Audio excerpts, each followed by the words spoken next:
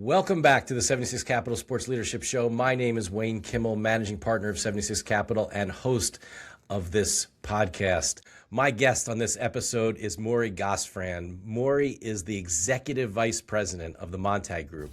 The Montag Group has helped craft the careers of the biggest names in sports and media over 3 decades, such as names like John Madden, Bob Costas, Kenny Smith, Tracy Wolfson, James Brown, Jim Nance, Mike Tirico, Jalen Rose, Shams. Everyone knows Shams from, ESPN and all the things that he does. It's incredible. And Ken Rosenthal, and the list goes on. And of course, I can't forget, Maryland's own Scott Van Pelt. I got to throw in a little bit of my Maryland in there. Yeah. But, so many others that they've worked with and are working with. And every time you turn on a major sporting event, you are likely seeing one of Sandy and Maury's clients. So Maury, welcome to our 76 Capital Sports Leadership Show. Wayne, thanks so much for having me. You've had an incredible list of guests over the last, few years, how long you've been doing this. So really appreciate being on, man. Thank you. Well, it was time to have you. I really wanted to have you because, you are behind so many, as I said earlier, these names that we all have in our living rooms when we watch the biggest events, whether it's a Super Bowl, a Final Four, the Olympics, all your guys or late nights with Kenny and Charles and Shaq and like those late night shows that we all love so much. Those are your people. They are, and we're very fortunate. Sandy's been around a long time and representing some really high level talent, and one of the best names, if not the best name in the business. So when I joined him in 2018, it was, I think the goal and intention was, all right, let's do this for many years and see where it goes. So at the Montag Group, what do you do for your clients? Well, I'm, as you say, executive vice president, but at the end of the day, I'm an agent and have been for almost 30 years, representing talent, negotiating the contracts with the networks, trying to secure marketing opportunities and other supplemental income for the clients. But I also work with, the younger agents and advise and monitor what they're doing. And the Montag Group's kind of a boutique sort of feel. Even though we're part of Wasserman, we're still the Montag Group, and it is a small group of employees who are working together. Of course, the agents, marketing, support, and whatever we do. But I'm still looking, to bring on new talent, and we're very fortunate, Wayne, in that we get a ton of referrals. Why not, right? We've been around a long time. You get a lot of referrals, but you have to be selective. You have to be passionate about who you represent. It's hard to do I'll do a favor for somebody, we'll take them on. It doesn't work that way. You can't be successful that way. And most importantly, it's not fair to the talent. If you're not fully committed and believe in what they want and their goals, then we're just all wasting each other's time. So we like to be very upfront and clear about it at the beginning. So what has it been like, all these years working with Sandy and sort of bringing your worlds together? Yeah, I didn't know Sandy that well, to be honest. I met him a few times over the years, but I was on my own for 12 years, from 2005 to 2017. I had my own small agency called Vision Sports. So I met him at a couple events here and there, but really didn't have a strong relationship. And then we met, I think it was maybe 16 or 17, 2016, 17, we started chatting a little bit. But anyway, because he left IMG after all those years and started the Montag Group. So I was, watching it, what have you, and I just, developed more of a relationship with him. And the appropriate time was 2018 when he asked me to join him. And I was like, yeah, absolutely. This is a great fit. I love how he represents his clients, and I thought we'd be a great team together. That's so great to hear. I mean, so, you talk about how you work with your clients. Talk about someone like whether it's Kenny or Jalen or Shams. I mean, what is it like to help them? And what do you do almost on a daily basis with them? Well, each client's different. That's just the reality of it all, right? Kenny Smith, I can't believe it. I've been with Kenny for 27, 28 years. It's just hard to believe. We were both young at that time. But anyway, Kenny is obviously at a point now in his career where he's got the inside the NBA. Big changes, as you know, this year, right? Going from Turner all these years at ESPN. So that just took a lot of conversations over the course of the year and all the speculation of what's going to happen with this show. So there was constant contact with him and Turner, and just to see what is going on here, guys. There's a lot of rumors and speculation. What's reality? Ended up, of course, licensing the deal to ESPN. But Kenny, as it's out there, did a separate deal, which we're proud of, where he did a supplemental or separate deal with ESPN for additional appearances on select shows, First Take, maybe NBA Today, to complement and supplement what he does for Inside the NBA. So Kenny, he loves it because he wants to be out there, wants to do more, and he's active. And so in addition to Inside the NBA, you're going to start to see him probably after the Super Bowl more often on First Take and some of these other shows. So that's Kenny. Again, everyone's different, right? So Shams, I met Shams when he was in college. Okay? So Shams is now 31. When he was in college and working for Yahoo approached him to do stuff while he was in school, which is incredible. So look where he is now. It really was fascinating when Woj retired. I think it was August, whatever it was, someday in August last year, 24. We were close to accepting deals with others. Renewals with his current employers. Okay, great, let's go. It's August.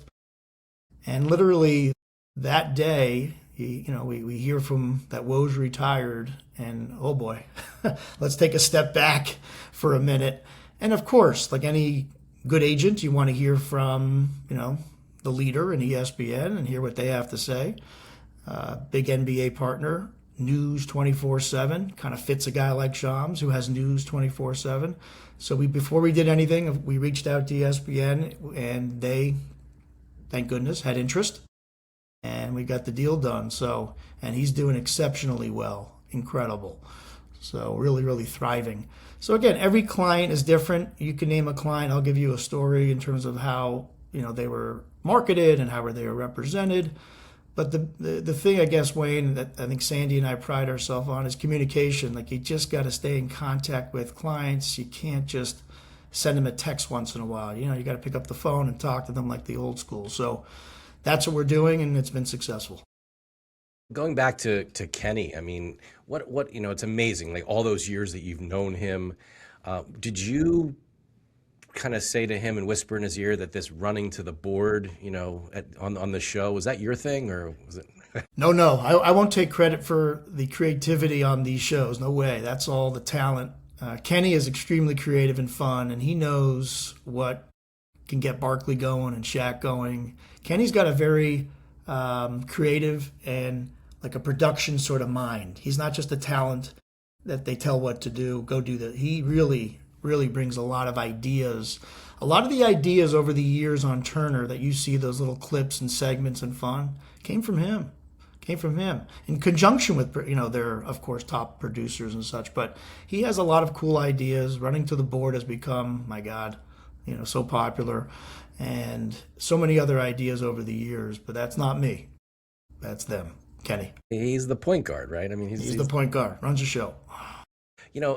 But take us maybe, if you can, behind the scenes, right? Those guys spend so much time. They don't just show up on the set. They're there for hours and hours. They're late nights. They're down in Atlanta. There's a lot of, and then now traveling all over the place, different games. It's a lot. It is. These guys, I don't know how many years ago that Kenny and the guys on Inside said, no more production meetings. They used to have production meetings, and then it just didn't work. And they just said, let's take the green room, what we do in the green room, and just bring it to the show. And I believe that's happened ever since, and it's been incredible success. You're asking about them, they're, as you know, a very unique group, right? It's not always like this, the way the guys on Inside do things. It's one of the best shows, if not the best show of all time, studio-wise. So, more traditional ESPN shows, I wouldn't say are like that. But these guys are special and unique. And yeah, now the schedule is going to start to really pick up on Inside the NBA. You're going to see them a ton all the way through the NBA Finals for the first time, right? Because it's always been up to the conference finals on Turner. But now ESPN with the NBA Finals, they're going to go all the way through on site. It's going to be electric. And again, just thrilled that it all worked out. And you got to give Turner and ESPN leaders a ton of credit. Like, who would have thought in a million years Turner would license the Inside the NBA show to ESPN? Got to give those guys a lot of credit for getting it done. Normally, you said earlier, kind of like you stay in touch with these guys. You're constantly talking with them and kind of making sure you're taking care of all their wants and needs. But when they are on the set or they're or out somewhere, are you there? Are you do you go to these events with them? I go to some events. I mean, they're working, so I don't want to, I guess be in front of them too much. But I probably will start going out more because I just think, as you just said, how important it is. Sandy's at every big event. Sandy doesn't stop. He's at every big event, Super Bowls, championships, Final Fours. I'll go to Super Bowls and Final Fours and select events as well. And when clients come to New York, where we're based in New York, every client comes through New York for something. So it's nice. We'll go see the client, maybe go to the event. But once the game starts, obviously they're working. But if I'm watching at home, which I do a ton, especially now, Wayne, we have so many college basketball clients. I mean, I put on a game every night, ESPN, Peacock, Fox, BTN, there will be one of our guys. So I'm flipping around watching. And what I love to do is, hey, you sound great, or hey, man, your energy needs a little work. You know what I mean? Or great point on that inbound pass. I will text them during the game, and at halftime they'll check their phones and say thanks. I appreciate it. So it's nice, you give them instant feedback, because that's one thing clients really crave, Wayne, is feedback. They don't necessarily get a ton from the networks because the networks are so busy and there's so much talent. It's so hard to give everybody feedback. I got time, so I'll give feedback. I'll write up some things for clients. Hey, I watched the first half last night. Here's a review.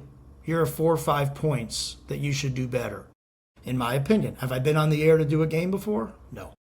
But I know after all these years what networks look for, what fans and viewers want from the analyst, from the play-by-play. So our group, as I'm saying as a whole, we're very good at giving feedback. Am I going to get a write-up after this? I'm a little worried here. You might. Jack will send me the link. I'll review it, and I'll give you some pointers for your next interview, yes. I appreciate that. I can use all the help I can get here. It's interesting you mentioned college. Wanted to talk about, the impact of NIL on college football, college basketball, and what's happening there. Plus, just how the networks are covering this. And now there's so many networks, right? When we grew up, it was NBC, ABC, CBS. Now the list goes on, right? I'll take you back. I mean, my history, just real quick, is I graduated college in 1991. I think we're around the same age. Yep. And you might be a little younger. One year. 1 year. And as you know, there was no email back then, so you go and pound on doors and trying to get a job. And I found, after sending out 500 letters in sports, it could have been anywhere, a team, a league, a sports marketing company, an agent. I just sent out letters. And I get one letter back, and it says, please call us when you get this. I'm like, there's no website. I don't know what this is, right? So it turns out it was an agency in New York that represented sports broadcasters. And this was 1991. And I said, wow, I didn't even know these guys had agents. I'm watching ESPN like you in the 80s. These guys have agents. I just think players have agents, not broadcasters. So that was my first introduction to an agent representing broadcasters and talent. So I worked for them for a year. Then I went to law school, worked for another agent representing players, then came back to New York in 1995 and found an agency that represented broadcasters. So I've been in this business a long time. It's really all I know. I love it. I'm still passionate about it. And, that was, 9 years. Then, as I mentioned, I was on my own for 12 and then joined the Montag Group. As you said, when I was getting into this in the mid to late 90s, all of a sudden, here comes all these new networks.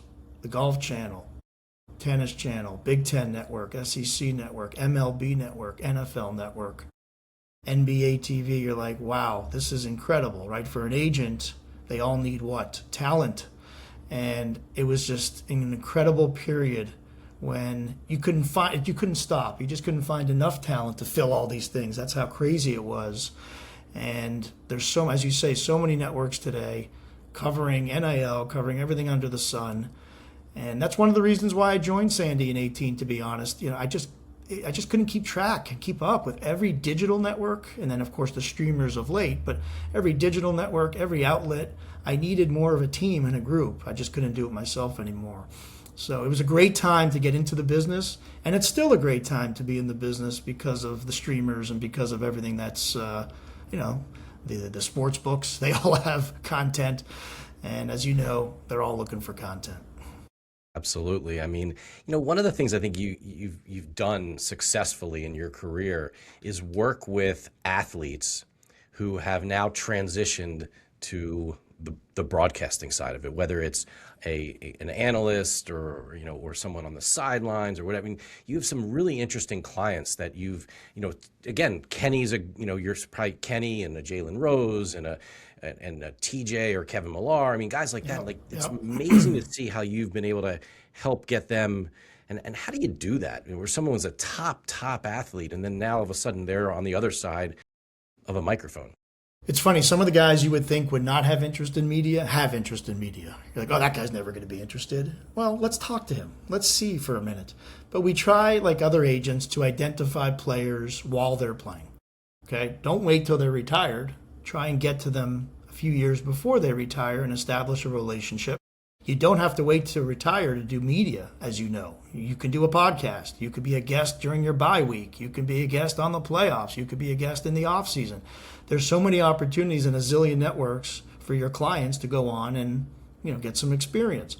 But we have a good eye. We look at guys who are personable, well-spoken, fun, who are comfortable in front of the camera, and we try and identify what's the strength. What do you think you're going to be best at in the booth, in the studio, what? And certain guys, they just said, no, I want to be in the studio, man. I just want to shoot it up with the guys. I don't want to be in the booth for 3 hours and prepare and do all that stuff.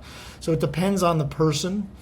But just a quick funny story, since you're Philadelphia-based. John Kruk, okay, Krucky. In 2000, the Best Damn Sports Show, period. Remember that show on Fox, sure. Sportsnet? They were launching, and they had Michael Irvin. They had, I think, John Sally. They had Tom Arnold, a couple other guys. They were looking for a baseball guy to sit, short, T-shirt, jeans, shoot the shit on couches, and just chill. So, of course, I spoke to the producer. He's like, you got anybody? I said, I don't, but I'm going to find somebody. So like you, a big fan in the 80s of baseball. I'm like, who are the characters of the game in the 80s? So I know Roger McDowell, Krucky, a few others. So I'm like, damn, how do I get a hold of John Kruk? In 2000, I look it up. He's a AA hitting coach for the Reading Phillies. Okay? I don't have a cell phone. So in February, they're all in spring training. All the coaches from the minor league teams and the major league club were in Clearwater with the Phillies. So I call the clubhouse, and I leave. A guy picks up miraculously, and I said, hey, I'm a TV agent in New York. I may have an opportunity for John Kruk. Can you get a message to him? And I said to myself, I hang up. I'm like, there's no way, Wayne, they are calling me back. No way he's calling me back. Next day, he called. John Kruk calls. He says, yeah, what do you want? One of those Kruckyisms. I said, John, I told him who I was. I said, there's a new show that's launching in Los Angeles. I know you live in Philly, and he's recently married, kid on the way, or had a kid. I said, any interest in auditioning for it? Just auditioning, see where it goes. It's your type of show, John. You're just shooting it, the shit, talking with the boys. Here's who they have. But it's an everyday show. It's a Monday through Friday show. You'd have to live in Los Angeles. Let me talk to my wife. He calls his wife. Next day, he calls me back, or 2 days later, says, yeah, all right, I'll go out and audition. He goes out to audition. And Fox calls that day. We want him. We got our guy. He's our guy. So John and his wife had to make a big decision. They moved out to L.A. His wife went back, but they worked it all out. He stayed 2 years, but the purpose of the story is you're identifying clients for their strengths. Even though he wasn't a client at the point, I got him to be a client. And then after that, he's like, I don't want to be in L.A. He came back, did some stuff for the Phillies as a game analyst, as you probably recall. But then ESPN in 2004, Bobby Valentine left. Bobby went to coach in Japan, and Sunday Night Baseball opened up in the studio. I'm like, John, you got to go up and audition. Sure enough, he auditions. They love him. And that's it. He's had an incredible career, continues as the Phillies analyst. We've been together 25 years. It's hard to believe. Certain clients just being together, and Sandy has clients he's been together more than that, more than 30 years. It says a lot, right, about a relationship and just the trust. They put their trust in us. Like when someone approaches me to represent them, like they're trusting us with their career. That's a pretty big statement right there. So take it very seriously. Yeah, it's amazing. I mean, like that's one of those examples of John Kruk and the Phillies broadcast here in Philadelphia. I mean, like it's amazing having him in your living room, right? I mean, and everyone best class. He's really incredible. I guess when we're talking sort of about your career and how things have changed. Obviously now with the network, now with all the you mentioned the streamers and the tech players coming in. But what about from a social media perspective? How do you deal with social media, and what do you recommend to your clients as to what to do? Look, some guys who've been around a long time, they don't need it, they don't care. Let's be honest, it's not going to change their careers. But for most clients, have a social media presence, engage, be active, post things, be smart, right? Before you hit send, if you think it's controversial, please don't send it. But I think to have a daily presence on social is really important. And a lot of these clients, Wayne, they want brand deals. They want marketing deals. They want supplemental income. Well, you got to have a presence, because one of the first things the brand, what do? They look at their social. Oh, he's got 100,000 followers, 200,000 followers. Great. We can maybe do a deal with them where he or she will do 3 or 4 posts. You got to have a presence. And it's also good, too, just to express yourself and give your opinion on certain things. It increases your following. We look at engagement. We look at all the data, from these social media followers that these talent have, and just try to advise them and how to increase, I guess, the followers by being more engaged, and respond to people. If a fan asks a question, answer it. Not everyone, but try and be engaging. And when we talk to brands, what do you guys look for? What do you brands look for with talent? For a digital campaign, one post, whatever it is, we try and get in the heads of the brands, and we advise clients, hey, look, this is what the brands look for, so this is what you should be doing on social. So who are some of your clients now that we should keep an eye on that are going to be the next big people that you think are really on their way up? Well, look, Robbie Hummel, you could make the argument is here, but I think Robbie Hummel is going to be, like, he's already in everyone's living rooms for college basketball. He works for 3 different networks, Wayne. He did the Indiana-Purdue game last night. He's now on CBS.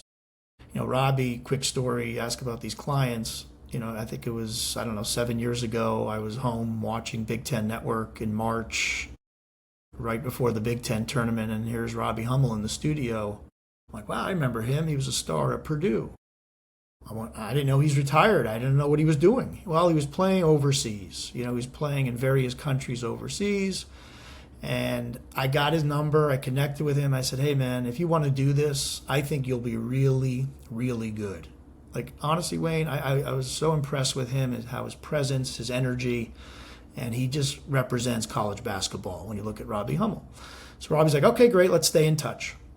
And he went to play in Russia. And we were chatting from Russia numerous times over the winter. And he says to me, I think I'm done.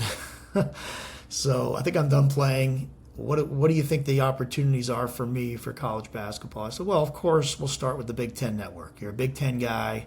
It makes sense. Let's get in there. And then from there, Robbie, there's going to be opportunities. There are more networks getting involved than ever in college hoops. So he did a deal with ESPN. So he was working for BTN and ESPN, and then a few years back, he left ESPN to go to Fox, and this year he joined CBS. You'll see him on Saturdays. You'll see him during the tournament. And I think he's someone who is going to be, and he's so young, he's in his 30s, like you're going to see somebody at his level, stay at that level for many years, 100%. We got some young play-by-play guys who I think are climbing the ladder. So, I'm, as I said it before, we're selective only because we can't afford to take on everybody. We just don't have the time and the ability to manage everyone and give everyone the proper time they deserve. So we're pretty, selective on who we work with, and I think that's important, right, to represent talent. But we got a lot of guys. We got some young agents who are bringing in some young talent, female, males, who are just doing great, and the future looks pretty good.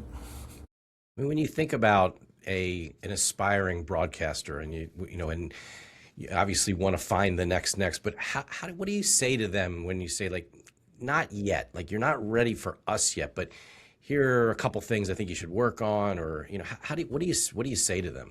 Happens all the time. It's years ago when I first started, somebody was mid to late 20s maybe, or mid 20s before they were reaching out about an agent. Now kids in college are reaching out. I'm not talking NIL, I'm talking broadcasting. Young aspiring broadcasters who are in college working on their local radio station, school station, are reaching out for representation. Wow, little early. Go get some more experience, but send me your reel. When you go do that minor league game or that college game, send me the link. Let me give you some feedback. And that's first of all, I like doing that. I think it's a smart and the right thing to do, to give back and help these young kids. And then you stay in touch with some of them. Some of them develop, right? Who, hey, that person could be really good for us. Let's try and get them. But I give feedback and some advice as to what to do on the air and how to sound, and I'll critique, an inning of a game, a quarter of a game, whatever sport they're calling. But we are getting interest from some of these much more, a younger play-by-play sort of folks, reporters, host types, and they do need more experience. They do sometimes before they come to us, but that's okay. That's okay. Love to connect with them and see what's out there, and love to give feedback. You think about what's happened, in the sports business world, the media side of things, right? I mean, has there been something that has really surprised you over the last couple of years that you're just like, you didn't expect something to happen, but now it's like, what's happened? Well, the sports books, right? The sports books a few years ago, I mean, wow.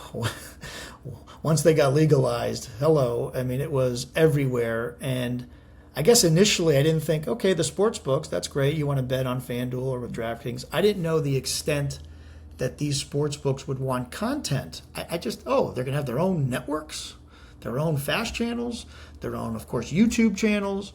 I didn't think when they first launched, I just thought about guys betting. I didn't know that they would want their own content and hire talent and all that. So that I was educated at the beginning. I didn't know. And then the podcasting, when it first started, it was all the craze. Then it died down a little bit. Now it's as hot as ever. Like, podcasting is as hot as ever. And let's be frank, not everybody makes money from a podcast. Okay, it's some of them just use it as a brand extension. Some use it because they like the experience. But there are so many good podcasts out there, and the brands really want to attach themselves to it. It's real data, right? You see the downloads, you see the views, you see the audience.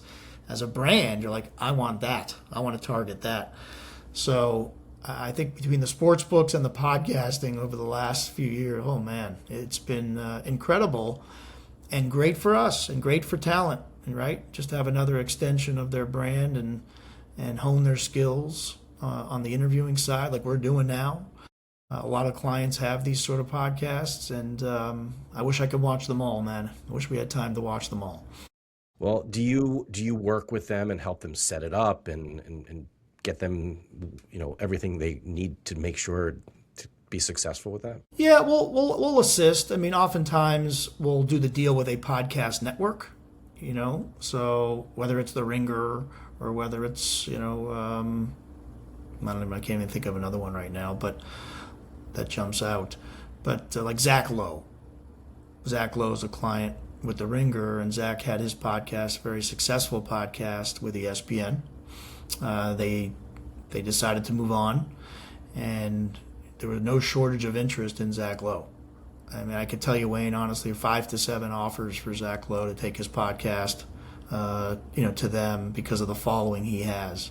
Very, very big following, loyal following.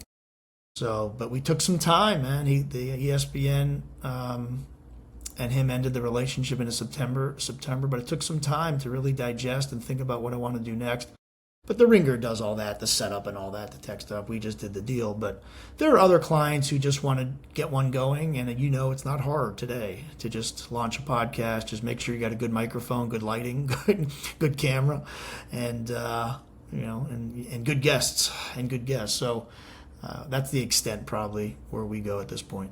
Well, you've been an amazing guest here, Maury. Thank you so much for joining us on our 76 Capital Sports Leadership Show. And as we wind down here, I have one last question I'd love to ask you is really when you look at and think about your career and all the things that you've done, and again, all these incredible people that literally live in our living rooms with us and feel like they're sitting on the couch with us as we're watching all these amazing games. Is there someone that helped you? Was there a mentor, or was there someone in your life that really has helped you get you to where you are today? Great question. When I graduated law school, actually, let me start before that. During law school, I worked for an agent down in Florida, Mitch Frankel. Mitch represented NFL and NBA players. He took me on as an intern for like 2 summers and most of my 3rd year of law school. I learned a ton from him about not so much how to negotiate a contract, more about how to deal with people and deal with athletes and expectations and communication. I was young. I was listening a lot to his phone calls and how he talks to these players. And so that's where I probably got the foundation of how to talk to these guys. They're very talented, high, expectation-driven sort of people, and I just wanted to, see how he approached them. So I think Mitch was definitely somebody that taught me a lot. And then after I came up to New York after law school, I worked for an agency, RLR Associates, Bob Rosen, also a legendary agent in the talent business. I worked for him for 9 years. And certainly learned a lot from him. He took me to meetings with executives from the networks. I'm this young kid sitting in a meeting with the president of a network, nervous, not to say, don't want to say the wrong thing here. And I learned a lot from Bob, again, how he communicated, how he dealt with people, how he treated talent. So those 2 guys certainly helped and gave me a foundation. And then I started my own business, as I said, in 2005. So I would say those 2 guys. Amazing. I said that was the last question, but I have one more thing. I'm good, Wayne. I'm good. I mean, we haven't really gotten any Jalen stories or any other things where, any other great stories in your amazing career that you want to share with us. Yeah, Jalen has only been a client a couple years, so I don't have too many stories of Jalen yet. I'm trying to think if there's anyone else that we haven't discussed yet. I mean, we haven't talked about Ken Rosenthal. Kenny's a guy. See, that's what I'm saying. Anytime you say a client, it'll just trigger memories. Been with Ken since roughly 2004. So that's 21 years, 22 years. And he was a writer, of course. And he was just starting to get some bites into Cold Pizza. Remember Cold Pizza on ESPN? Yes. That morning show. So Ken's there doing some stuff. We got introduced, again, a referral. Very lucky, Wayne, to get all these referrals. And I said, wow, Ken, the insider world was starting to balloon a little bit. He's an insider, breaking news left and right. And I just thought, he's so good on TV and so comfortable on TV.